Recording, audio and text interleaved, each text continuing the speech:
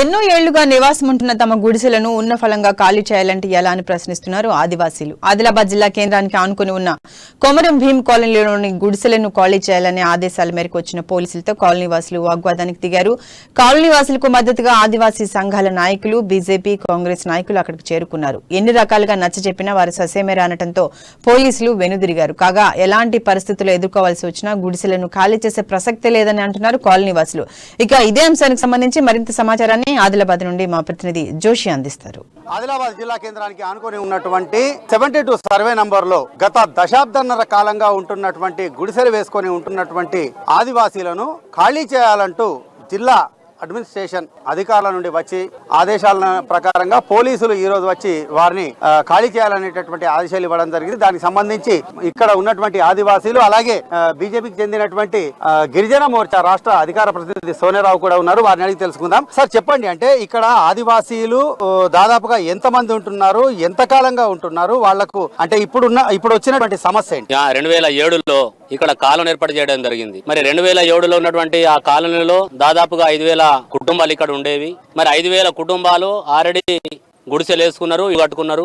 అంతా కంప్లీట్ అయిన తర్వాత ఇక్కడ జాగా ప్రభుత్వంది కాదు, ఇది పట్టేదారిదని చెప్పుకుంటా చెప్పేసి ఇక్కడ ఉన్నటువంటి గుడిసెలని ఖాళీ చేసిండ్రు. గతంలోనే ఖాళీ చేసిన తర్వాత ఎప్పుడైతే ప్రభుత్వం ఇక్కడ మీకు జాగాలు చూపెడుతుందో అప్పుడు మీరు రావాలని చెప్పడం వలన 2007లో జరిగినటువంటి ఇష్యూ దాదాపు 2-3 మన ఎలక్షన్లు అయిన తర్వాత కూడా ఈ జాగా ఆదివాసులకు హక్కుపై కాలేకపోవడం ద్వారా యావత్ ఏదైతే 9 తెగల ఆదివాసులు ఉన్నారో గతంలో 2007లో ఉన్నటువంటి ఆదివాసులు ఇక్కడ వచ్చి గుడిసెలేయడం జరిగింది. మరి దాదాపు 20 రోజుల నుంచి ఏదైతే 72 సర్వే నంబర్ ఉన్నదో ఈ 72 సర్వే నంబర్ అనే దాంట్లో గతంలో ఉన్నటువంటి వారే మళ్ళా ఇక్కడికి వచ్చేసి గుడిసెలేసిండ్రు. గుడిసెలేసిన తర్వాత 2 సార్లు మా ఇక్కడ ఉన్న ఆదివాసీ ఏదైతే నిర్వహణ కమిటీ ఉందో తుడుందెబ్బ నాయకత్వంలో ఈ కమిటీని కలెక్టరు, ఎస్పీ, డిఎస్పీలు అందరూ కూడా పిలవడం జరిగింది. పిలిచిన తర్వాత మీరు వెళ్ళిపోవాలా, ఇది ఒక ఏదైతే మనకు ఉన్నటువంటి రైతు భూమి 1956లో వాళ్ళ భూమి అప్పచెప్పినాం. కానీ ఆయన వ్యవసాయం చేయలే కాబట్టి ఆ భూమిని ప్రభుత్వమే ఆధీనంలో తీసుకున్నది.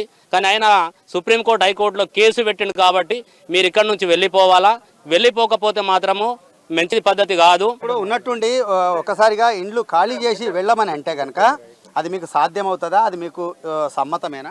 సమ్మతం కాదు సార్, మేము సాధ్యమైతే అసలు కాదు. ఎందుకంటే మా ఆదివాసులకు అడవుల నుంచి వెళ్ళగొట్టిండ్రు, కరెక్టే. అది మళ్ళీ ఇక్కడ ఉన్నాం మేము, ఒక గూడు కోసం మేము ఇక్కడ ఉన్నాం తప్ప మేము ఆస్తులు సంపాదించి ఇక్కడ మేము డెవలప్ కావాలని లేదు. మాకు కనీసం ఒక ఉండడానికి ఒక నీడ కావాలి అడుగుతున్నాం. ఈ నీడనే మాకు మా పిల్లలకు చదువులకు కానీ దేనికన్నా వనికొస్తుంది.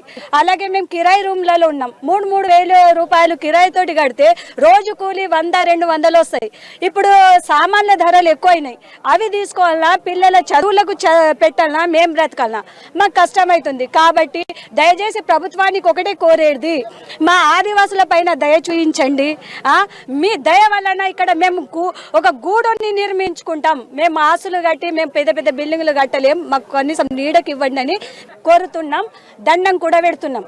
గుడిసెలు ఏర్పరచుకొని ఉంటున్నటువంటి తమను ఉన్న పళ్ళంగా ఇది ప్రైవేటు వ్యక్తులకు సంబంధించిన భూమి అనేటటువంటి సాకుతో ఖాళీ చేయించేందుకు చేస్తున్నటువంటి ప్రయత్నాలని ఎట్టి పరిస్థితుల్లోనూ కూడా తాము అంగీకరించేది లేదని చెప్పి చివరకు ఏ పరిస్థితులు వచ్చినా కూడా తాము ఆ పరిస్థితులకు అడ్డు నిలబడైనా సరే ఇక్కడనే ఉంటాము అనేటటువంటి విషయాన్ని ఆదివాసీలందరూ కూడా ముక్త కంఠంతో ఖరాఖండిగా చెప్తున్నటువంటి నేపథ్యం. ఇది మొత్తానికి ఆదిలాబాద్ జిల్లా కేంద్రానికి ఆనుకొని ఉన్నటువంటి కొమరం భీం కాలనీకి సంబంధించినటువంటి ప్రస్తుత పరిస్థితి. ఆదిలాబాద్ జిల్లా కొమరం భీం కాలనీ నుండి కెమెరా పర్సన్ నర్సింగ్తో రాజశేఖర్ జోషి.